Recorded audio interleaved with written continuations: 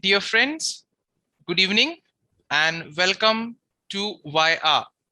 So, the whole emphasis of YR is to encourage each one of y'all and also the entire audience in order to ask questions, and thus by asking questions to deliberate and find solutions to various problems.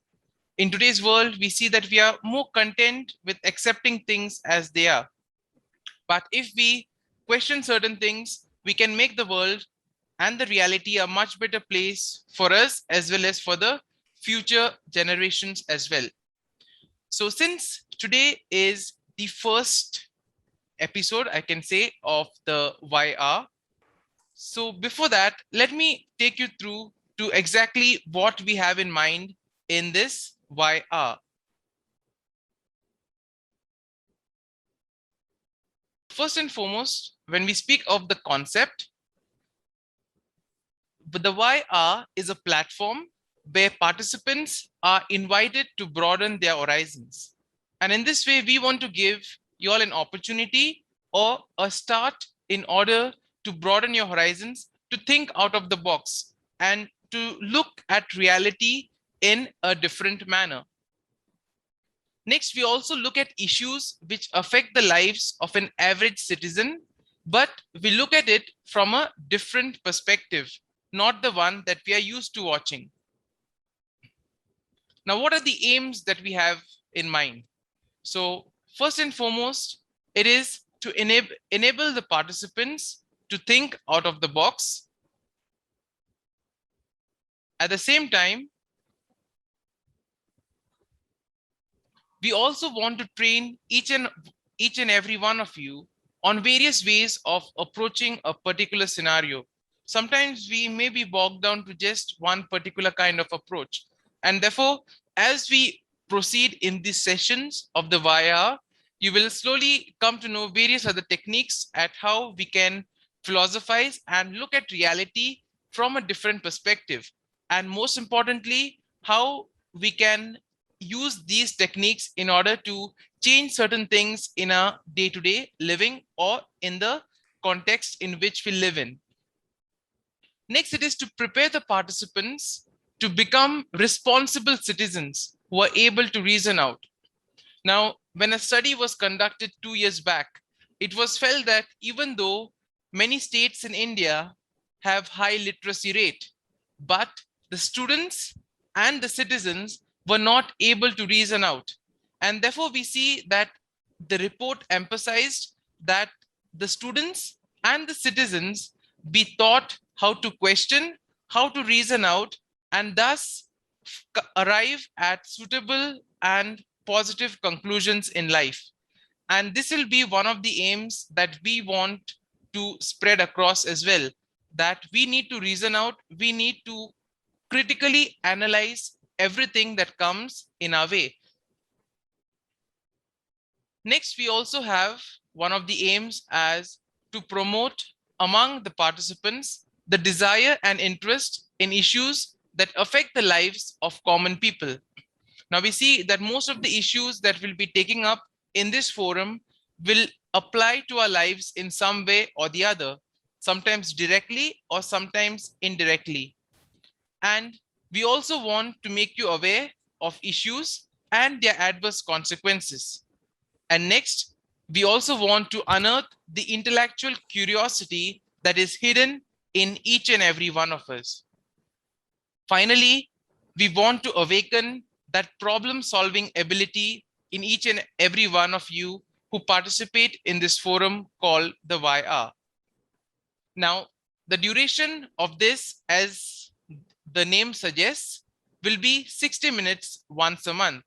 And since this being the first session or the first forum, we will be having one every month, and you will be informed about it or notified about it when the days come by. Let me jump in directly to today's main topic. Now, as you would have seen in the poster, that the issue that we want to deal with today and the theme is delusional freedom. And basically, this theme has been taken from an article that was published on the print. So delusional freedom asks us the question, are we really free? I mean, we have learned in school, we have learned in our constitutions as well, that we are a country wherein there is the freedom of speech, freedom of expression, and various other rights and duties of the citizens, as well as a certain amount of freedoms. Now, is that just on paper or is it a reality? That is what we are going to deliberate in today's Why Are. So let's take a look at our current situation. So first and foremost, we have seen many incidents taking place in our country, and this has led each and every one of us probably to question the fact that, do we have freedom of expression? Are we able to express our opinions, our views in the best possible manner? Next, there's also been a wide use of sedition law. And this is also one of the things which doesn't make one very comfortable and doesn't make one feel very safe. Next, manipulation of evidence. There has been certain cases wherein this has taken place, and the very sight of it or the very fact of it makes citizens as such begin to think twice. Sometimes the norm is better be quiet and be safe. And the entire discussion has particularly come about from the report of Freedom House's Freedom in the World, which has reduced India's status from a free country to a partly free country. Now, what are the reasons cited for this? So, if you look at the report of Freedom House's Freedom in the World, it has downgraded India's status and giving it a global freedom score of 67 out of 100. Now, this they have done by judging the country on various political rights and civil liberties. Now, the report has also noted a multi-year pattern in which there's been a downslide with regards to the gradation points.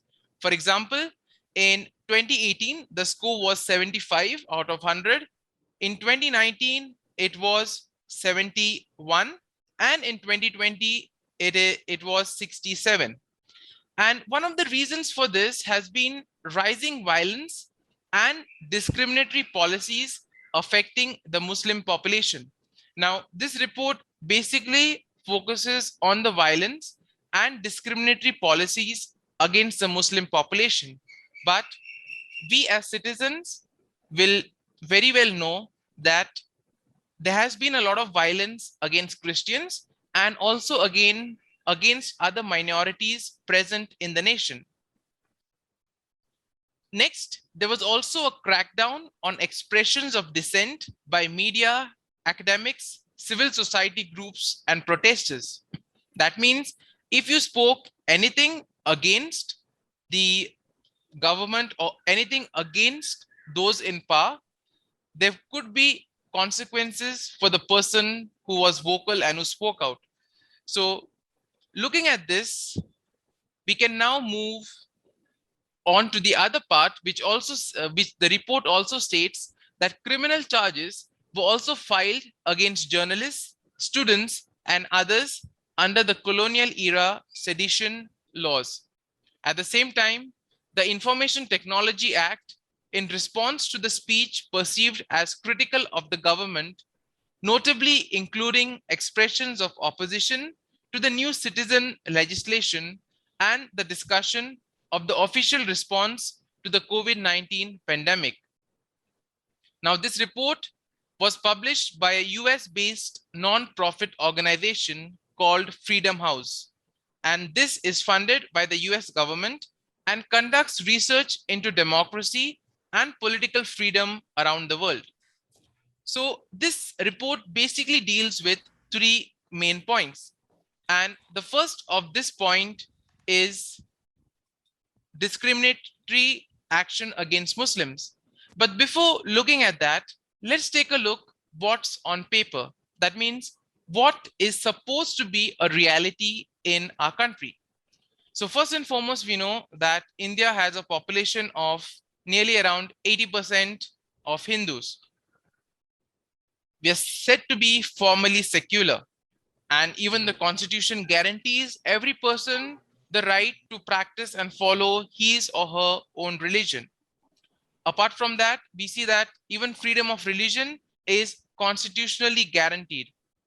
And having said this, in reality, what has happened? First, we have seen that there's been promotion of anti-Muslim views. Now, it is said that in the Delhi riots of February 2020, at least 53 people, mostly Muslims, were killed amid violence that followed weeks of demonstrations against discriminatory charges to the country's citizenship law. And it is also said that the implementation of the CAA, that is the Citizenship Amendment Act, and the government's intention for a national register of citizens threatened to defranchise Muslim voters by effectively classifying them as illegal immigrants. Apart from that, the report also mentioned how cow vigilantism and sad attacks against Muslims and others in connection with alleged slaughter and mistreatment of cows continued in the year 2020. At the same time, Muslims were also blamed for the spread of the coronavirus pandemic in early weeks of the pandemic by members of the ruling party. Besides that, the acquittal of several leaders in the Babri Masjid demolition case in September last year. Next, the report also focuses on lack of freedom in institutions. Now, the report also alleged that freedom of various institutions, such as the Election Commission of India and the Supreme Court, have been called into question. In a way, we see that the panel's decisions concerning the timing and phasing of national elections and the allegations of selective enforcement of the Model Code of Conduct, which regulates politicians' campaign behaviors and techniques, suggested a bias towards the ruling party. As a result, we see that whatever decisions were taken in order to favor the ruling party, or also were taken in order to boost their performance and chances of a possible victory. At the same time, we see that talking about the amendment of the Right to Information Act, it is noted that the salaries and tenures of the information commissioners were placed under the direct control of the central government. As a result, potentially exposing the commissioners to political pressure. At the same time, it was also noted that concerns related to the commissions, there were concerns that were filed by the ruling party loyalists. And later it was also noted that with regards to the Supreme Court verdicts, there were a lot of bias and decisions that were favorable to the ruling party as well as to certain members of the ruling party, specifically mentioning the 2019 verdict allowing the construction of Ram Mandir on the site where the demolished Babri Masjid stood. It was also remarked on the transfer of Justice S. Murliadhar in February from Delhi to Punjab and Haryana High Court, and the appointment of former Chief Justice Ranjan Gogoi to the Rajya Sabha. Apart from this, the report also focuses on the last point and the third point, that is the freedom of media and expression.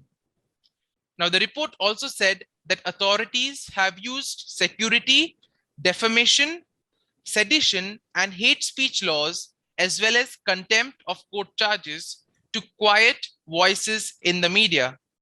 And it is also said that reporting has now become less ambitious because even reporters in a certain way are afraid of being courageous and being aggressive when it comes to their reportive. Some of them are also have been called anti-national for bringing certain issues into the light. At the same time, there's also added pressure on many of the journalists in order to report favorably. And as a result of this, many of the prominent journalists who do not want to compromise with their ethics of reporting have been forced to quit their jobs, and some of them have also started reporting in private.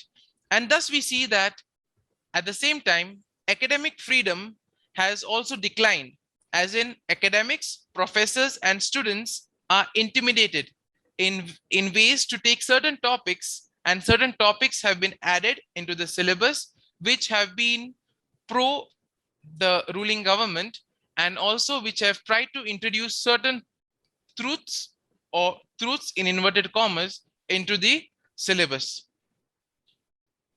And lastly, the case that we are all familiar with, the Stan Swami case. And here there are several points or questions that one can ask. An innocent victim, manipulation and fabrication of evidence, unjust justice system, or is it a question of humane justice, inhuman justice? So now the floor is open, and the first round we could possibly think about, and each one could express their opinion as to what do you say about this? How do you look at the current situation of the country? How do you look at this current issue? And do you feel that we are free, or is it just a delusional kind of a freedom? Is it something just in the air? And next, probably we can then suggest some means that each one of us can do on a small scale or grassroots level.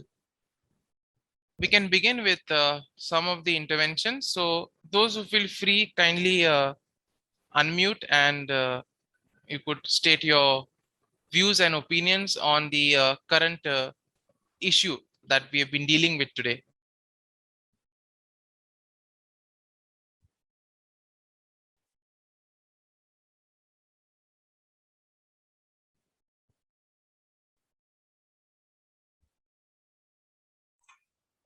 I fully agree. There is a lot of muffling going on with the voices speaking out freely. Now, I don't know where it is going to take all of us, because we are a heterogeneous group. And so I'm quite worried as to how we'll be able to get out of this, because there's a lot of hurt also happening in the process. Is it possible at all to go? I mean, it's not possible to go unscathed. So somebody has to, I mean, we all would get bruised in this whole thing when we voice out our opinions. But is there a possibility of the heterogeneous group coming together as at least, a unified voice, not necessarily as a one voice, but a united voice is what I've been pondering upon for a long time. But the silencing is going on in several ways. It is going on, not only against the minorities, but even within what normally we would call a majority group. There are voices like mine who are worried, and we are also getting muffled or overpowered. So we are a minority to say so. Thank you.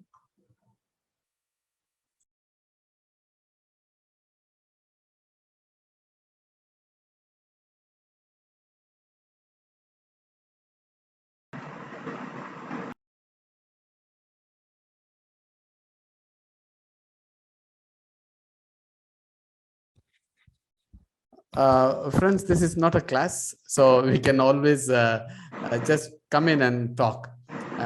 So the numbers are normally small and will be small for such meetings, but we would like that to be small so that everyone can have a discussion. It's a discussion forum. So please, unless you want us to call you by name and then honor you and then invite you, please. For me also, it is very evident when I read the news and hear from others, and as brother presented, I know I couldn't see your name, so it's very evident that things are going out of hand, and our voices are being suppressed, and we are compelled to have a kind of hopelessness and fear in giving voice. But but I would not agree with the title delusion. It is there, freedom is there, but partially it has been externally, by the external force, it has been suppressed or reduced. But we all, our freedom within, which is within us, or the freedom with which we are able to think wide, it has not been affected. Our thoughts are still free.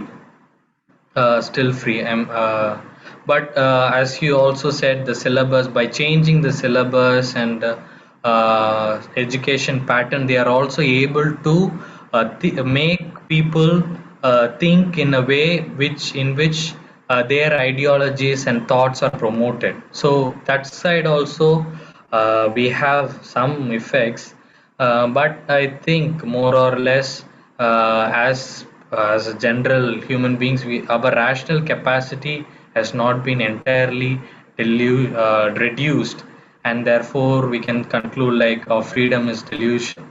It's a delusion. It is reality, but a suppressed reality now because of the external forces. So, as a solution, I would say we have to be very creative to come up with several ideas. Think out of the box, as you were saying, think out of the box to express our own think thoughts which come out for ourselves as free beings.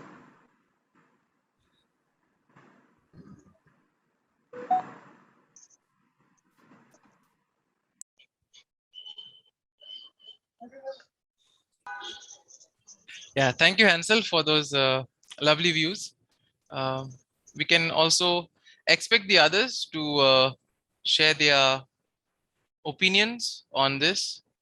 So then finally, when there are 10 minutes or 15 minutes, we can then possibly brainstorm a few ideas as to how we can basically move forward.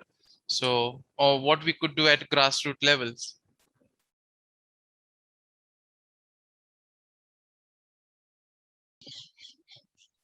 Uh, I would disagree. I won't say fully disagree, but rather I won't agree completely with what Hensel has said about.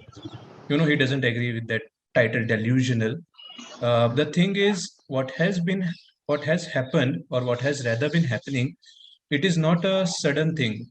You see, the freedom what we are saying, it has been curtailed. It is a very slow process, like that. The story of a frog who fell uh, in the water container, and then the container was slowly heated up, so that this fellow didn't know that the temperature was going up, and it died slowly, rather than plunging it into a boiling water and sudden death.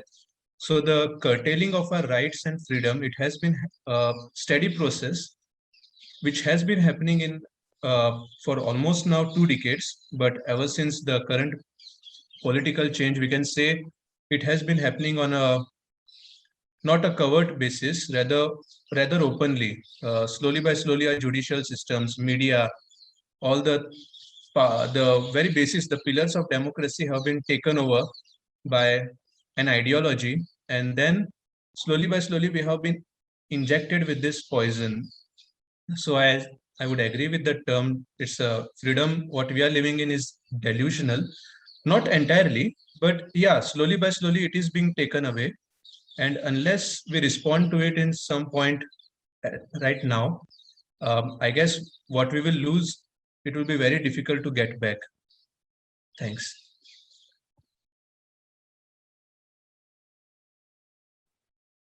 Thank you, Savio, for those views.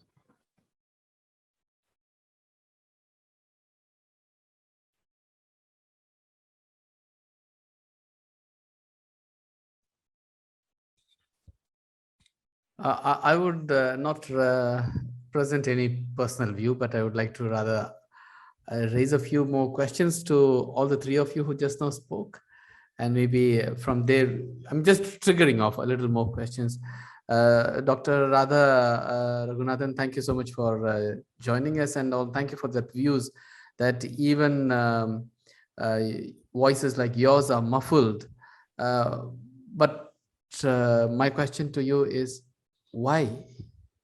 Why should they be muffled? What do you think are the reasons, apart from the whole power politics? What could be more philosophically more basic? So if you can reflect on us on that, it will be nice. On Hansel and Savio, both of you were speaking about the delusion aspect. One says there is delusion, the other one says there is no delusion. Can I ask you, what do you mean by delusion? I'm just a little more deeper understanding of the meaning of the word illusion. That might help us to enter more and ask more questions. So basically, this why hour is not, as rightly Lindsay said, it's in the last 15 minutes that we would like to some praxis or some impact, but then we would like to raise more questions. So let us raise. And so my question to you is, why? Okay. I think this has always been history, like whoever is in power tries to suppress the others to stay in power and to grow more powerful, thinking that they will remain powerful forever, that they will remain in power forever. So this psychology has always walked our human history over ages, as I see it. And I also see that such an attitude has gone to such wretched levels of wiping out pages in history. I mean, let me give this example. This is the north-south divide, the Aryan and Dravidian identity. We see that even the archaeology which was going on in Kiridi was unnecessarily stopped when a certain thing, when a certain group comes to power, because I feel they feel threatened to see that we have had a wonderful civilization. But then recently we come to know that yes, this has been more than 3,500 years old civilization on the Kaveri basin, which we cannot ignore. But how do they ensure it? By not providing the enough infrastructure or funds or anything to continue with this, so that over a period of time, if this is going to dry up, this will dry up in our pages of history, and what will remain is what they go on feeding. And so this Goebbels law is going to go on. Whoever is going to be in power, they are going to try these arm twisting tactics. And so voices like ours are scattered even within a majority. And in a majority, now today the majority somehow, it just believes, like the herd's mentality, it is going in one direction, and that is saddening. People don't want to think. They think what is being fed to them is the right thing, whether it is history or philosophy or religion. All of it is rolled into one to say, this is our identity, this is India, this is Bharat, this is Jai Bharat Ki. All this is going on. That saddens, because we have been a beautiful, vibrant society, culturally quite vibrant with all the heterogeneity, and today it is very difficult. Like, I cannot tolerate the next person is but we have always called ourselves in a very tolerant culture, civilization, but where is the tolerance? I don't see the tolerance around me. I feel isolated, basically. That's the thing. So I don't see philosophy here. I don't really see power here. That's what I'm saying. Because if it is philosophy always talks about humanity and oneness. There is this thing, compassion. Whatever philosophy we take, there's always the underlying this thing is compassion. But I don't see that compassion now. It's dry. So I don't see an actual philosophy which is underlying whatever is happening. There is more power hunger that is at play now.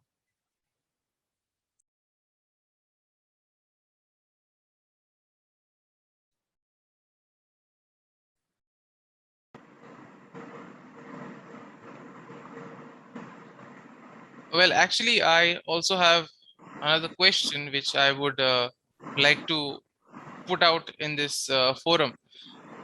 Is it the question of security that sort of makes us, hold back our voices? Or, I mean, of course, we have spoken about voices being muffled, but on the whole, is it the consequences that people are afraid of? Because we see many of the great leaders, also many of the great spokesmen also in the country, on certain issues tend to play the safer game.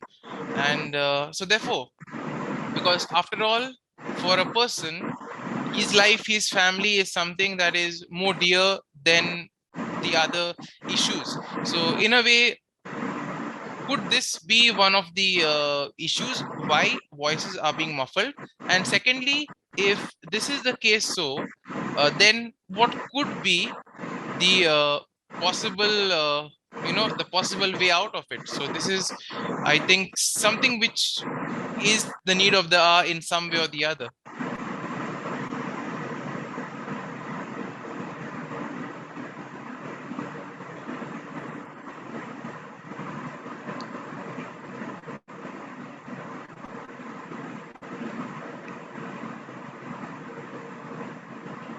Hansel, I think your microphone is, your fan is in full speed or something.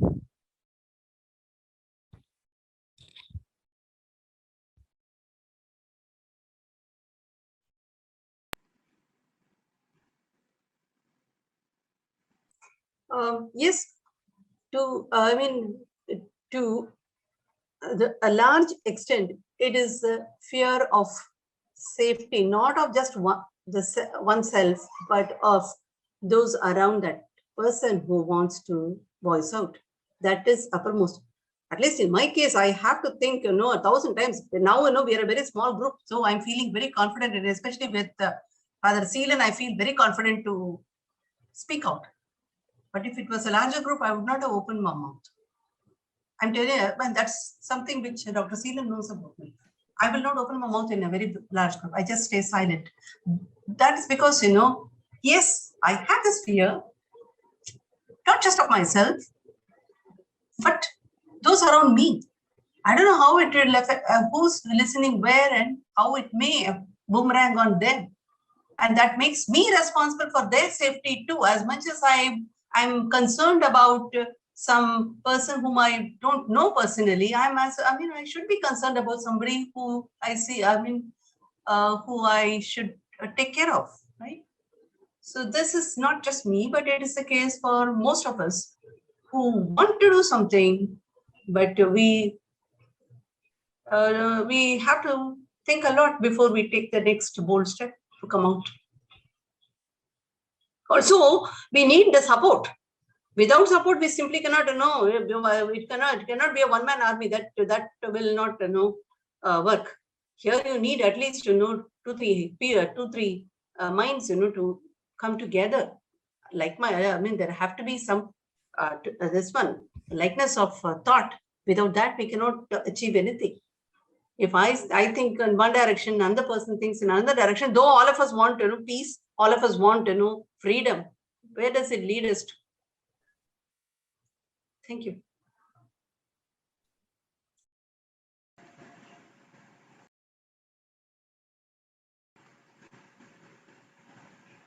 Always in our circles also, as ma'am had told already, we talk about this prudence. You should be prudent, or we should know what is practically, what works out practically in our life. And when you're placed in a situation, we have so many things, and we have to think about all that. So by the time we think about all those things and come to a conclusion, the time passes, and the right moment is already gone, is way behind. So in this situation, especially the news is outdated within a day. We are in a position to act immediately, to give our voice immediately, and to give out immediately we are not able to give because of all these questions and pressures from all the sides. I feel that not only fear but also some idea of being prudent and being smart to act in a better way. Okay, we are having an idea to voice out, but we are always in search of a better idea. Is there a better idea?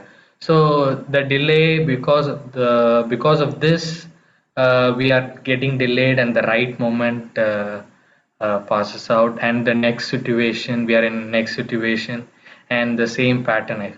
I find the same pattern repeats itself. So now it's a challenge how to come out with a solution or with a response immediately at the right time.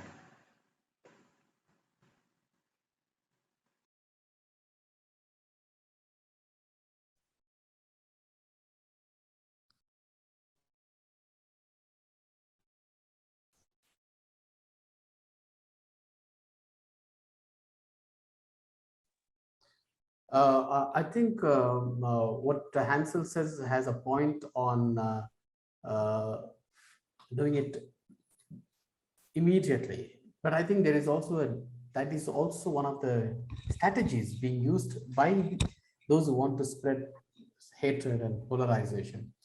They don't want us to do any deep thinking. So you make situations in such a way that you jump from one issue to another issue. Today there is this issue, and tomorrow there will be a petrol issue. The third day there will be. So you keep on making us jumping. And I think as people who begin to reflect, we need to ask this question. We need to become aware of their cunningness. There's that strategy. I think quite often we don't realize that uh, this sense of false urgency, I would call it, a sense of false urgency is being created. And so respond immediately, because any standard response requires time. While what they are doing, let's not put it as an opposite camp. Well, let's put it as a camp which wants to infiltrate polarization or hatred. That camp wants to actually keep deviating. And so I think Hansel has a point in saying we need to be answering immediately, but at the same time, I think we need to also hold that ground, hold that ground. Uh, and that is, I think, is rather difficult.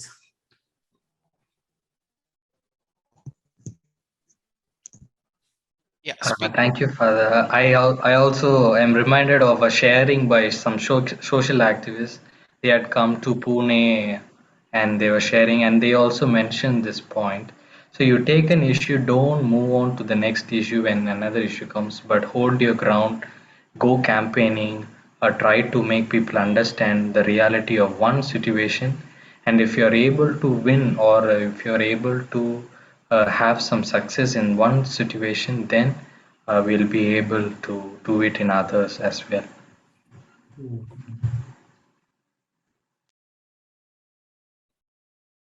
I basically have a question, especially with regards to what Dr. Robin just shared. Like, uh, is there a case of the audience at large being distracted?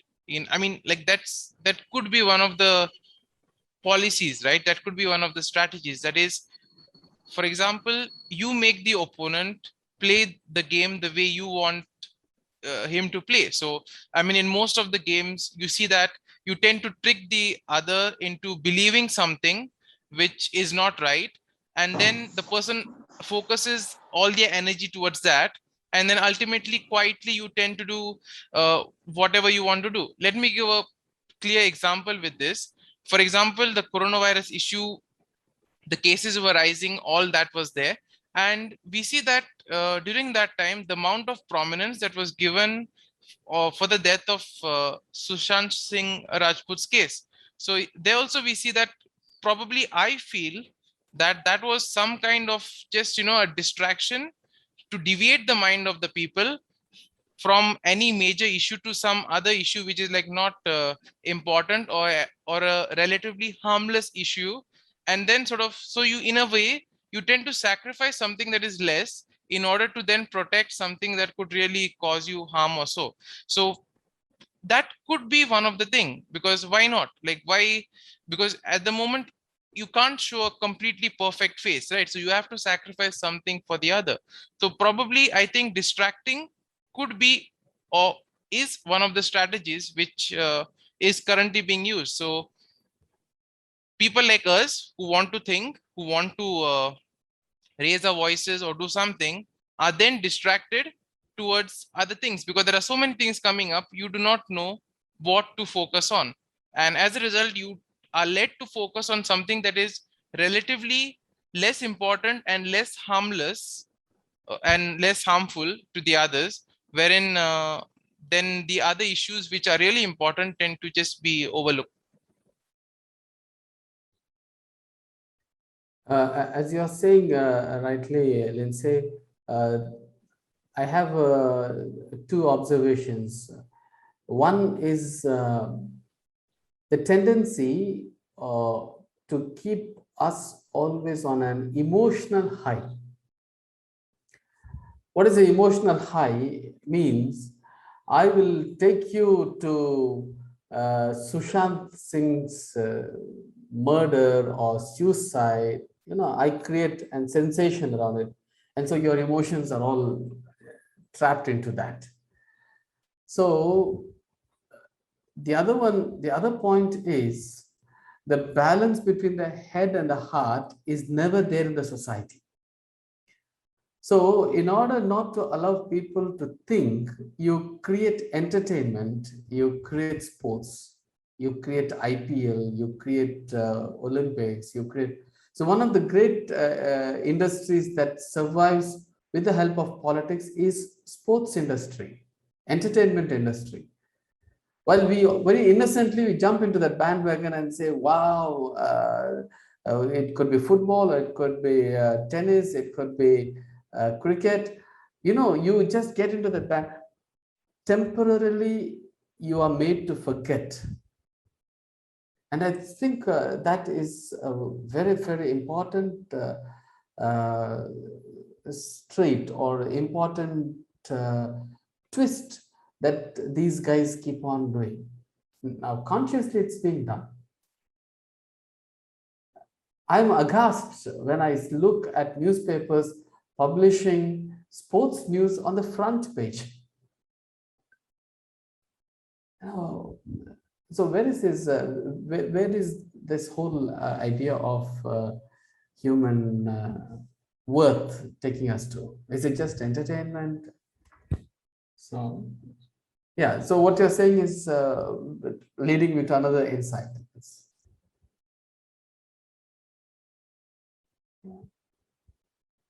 Others also could talk, isn't it, Lindsay? Yes, of course, the floor is open. So You could invite someone. Some of them might be feeling starting troubles, shyness.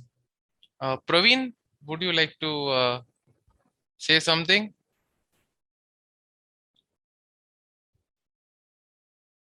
What are your thoughts?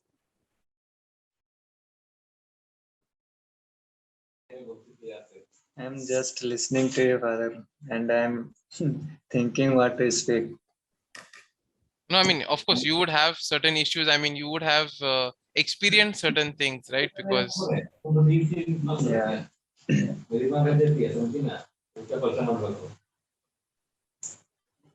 Yes, I would like to speak on the Stansonomic case that yes, he was now he left and he's gone now from us and he is no more now. But whatever we have done when he was in jail, and so many what we call candle march and so many activities have taken place.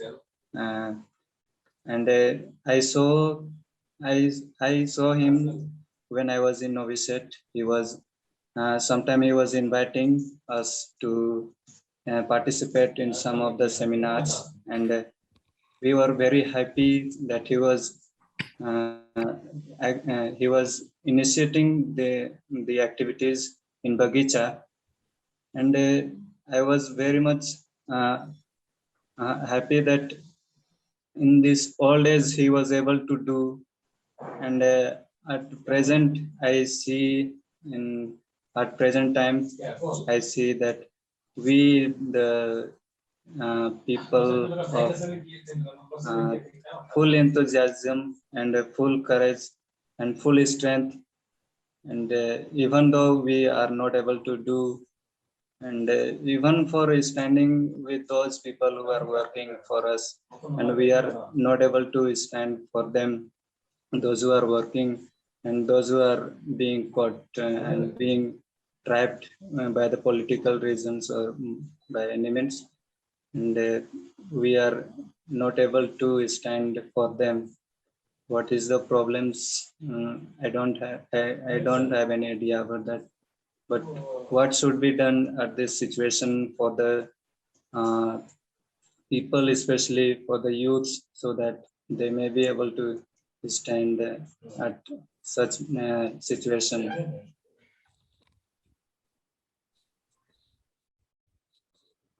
Thank you, Father. So thank you, Praveen, for those thoughts, and which has also provoked yet another question. That is, okay, now we speak about, for example, as Praveen spoke about the whole Stan Swami incident, which all of us are familiar with. Now, what do we see is that certain things tend to, fade off very quickly. For example, just take a look in the first month when the case was fresh. I mean, like there were protests everywhere. I mean, like, silent marches, candlelight rallies, news anchors basically talking about that, a lot of write-ups, etc. Over the years, I mean, over the months now, it is slowly sort of fading away. And probably over the years, it would be forgotten, just as any major tragedy taking place everywhere. My question would be, how can you still keep something alive in this way? Or is there some other kind of way wherein you could basically utilize such incidents to awaken the masses, awaken the sort of the critical thinking in the people? Or are these just sort of incidents that are just at the emotional level, therefore they tend to sort of ignite people only for a particular moment or so? I think Francis Xavier had raised his hand. Can you hear Yes. me? Yeah, go ahead. Yeah, I have been listening from a presentation. I think after 10 minutes, I joined the group. So from there, whatever I have picked up, I have been uh, thinking a lot about what you are telling. So I would like to share a few things. First one is, my first point is, the thinker also needs to analyze his thoughts, because uh, in today's society, I have seen most of my friends, maybe scholastics or the laity outside world, they have their own favorite. Maybe it's not a stand; they take a particular stand. So whatever the politicians say, it will be, though it may sound good for them, it will sound very negative. For me, I don't take any stand. For example, Modi ji, if I take our present prime minister, uh, I like his idea of Swachh Bharat, but then the freedom is that the concrete step towards that is very, we can question what was the concrete step taken towards Swachh Bharat, because all are very shallow ideology. The idea is good, but then the concrete step towards that is very much lacking.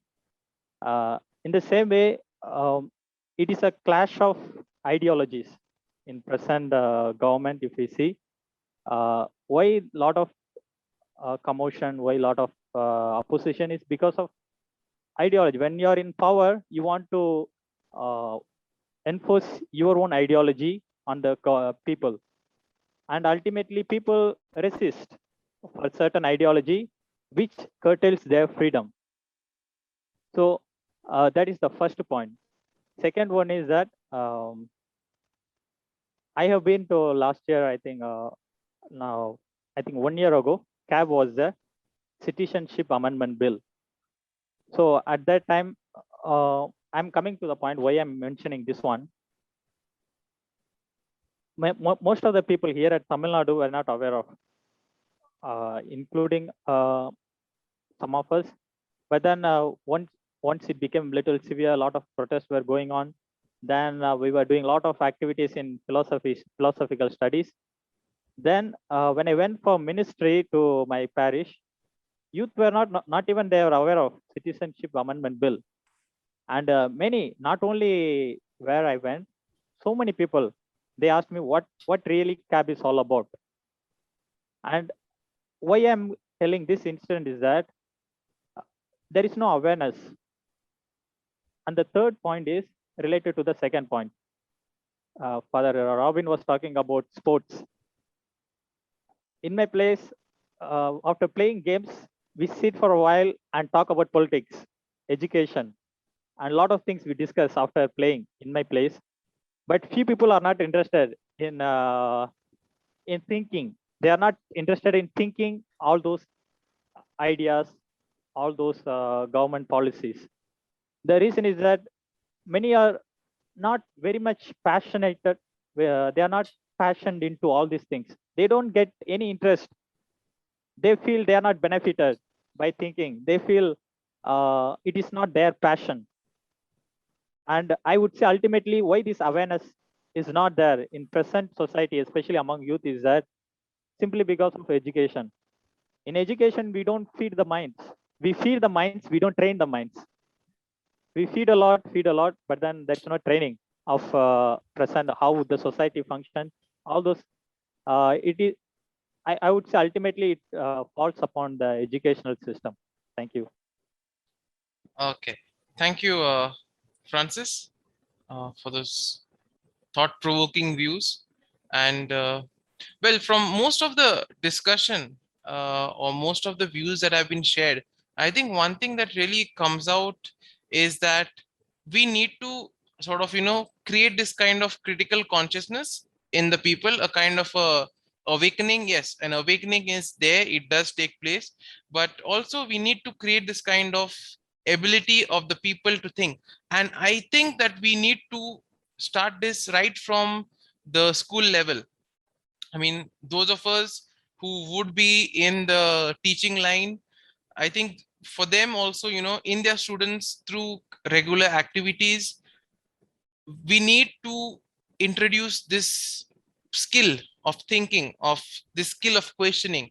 And that is why at SNRI, it was decided that, we try this initiative of the YR, wherein we question several things and also bring certain issues to light.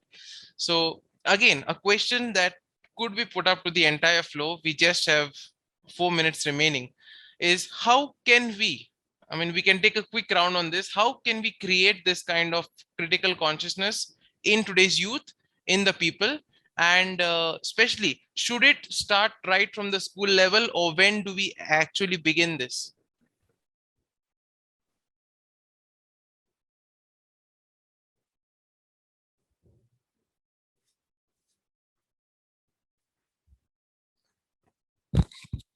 Anudeep might be interested in starting the conversation.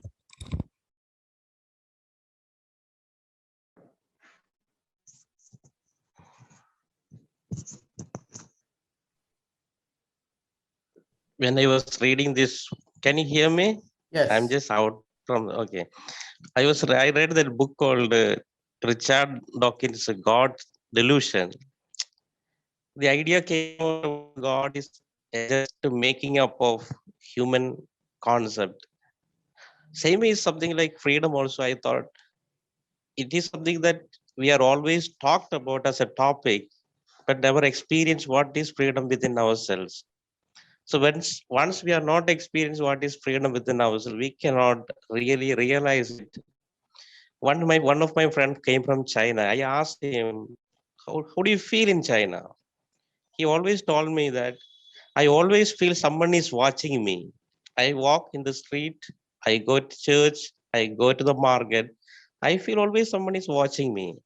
I think such is one situation that we are in here. Now, for a few years, we also feel that we are watched, what we talk, what we eat. Or so such kind of freedom, the problem of freedom exists in our country as rightly, let's say, pointed out. But what is the way out? Is again somehow we have to start the critical thinking, asking ourselves, how do I experience? Maybe I am a phenomenologist, maybe studying. So far, how I experience freedom in my life? I have this personal problem. Sometimes to experience freedom, I always wait for a right opportunity to express. Actually, knowing that there is no right opportunity, everything is a right opportunity for me. Even now, I was waiting for that right opportunity to speak. Maybe that is one of the from my personal problem. I think it also become the part of the problem. Secondly, there is a sense of audience. People are just public audience sense of realize I am only an audience or I am only a public. But I don't know when we realize that I'm a person, I'm a citizen. Maybe the growth is from an audience to a public to a citizen. Maybe that growth has somehow we have to take place. And that maybe starts from the schooling. That each one of us are citizen of this country, and they have right. The freedom is their right. I think that from there we need to build up the freedom of expression. That's what I understand, I believe, while realizing that we are citizens of this country. Thank you. Thank you. Yeah. I think Paul Rich, you might be interested in saying something. You have not opened your mouth, Paul Rich.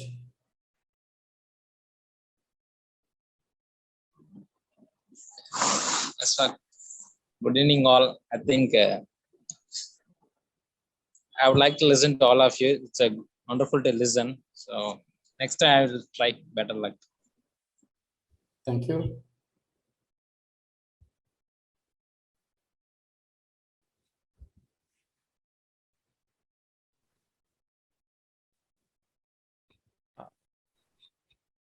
So friends, I think we have come to the end of today's session of the YR, wherein we basically spoke about this whole issue of how free are we really free.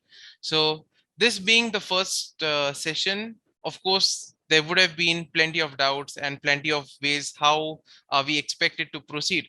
But I think from today's session, from today's discussion, there have been plenty of good points actually that have emerged. And if we noticed, whenever one of us shared, it was always thought provoking and always leading somebody else to question something else or to intervene with some other point.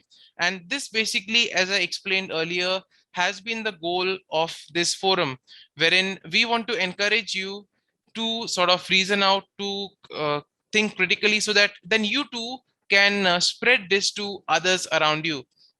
So on this note, I would like to thank all of you all for actively participating in today's session. And we look forward to having you on our forum in the next month. The topic and the date will be communicated to you by mail. So till then, thank you and stay safe.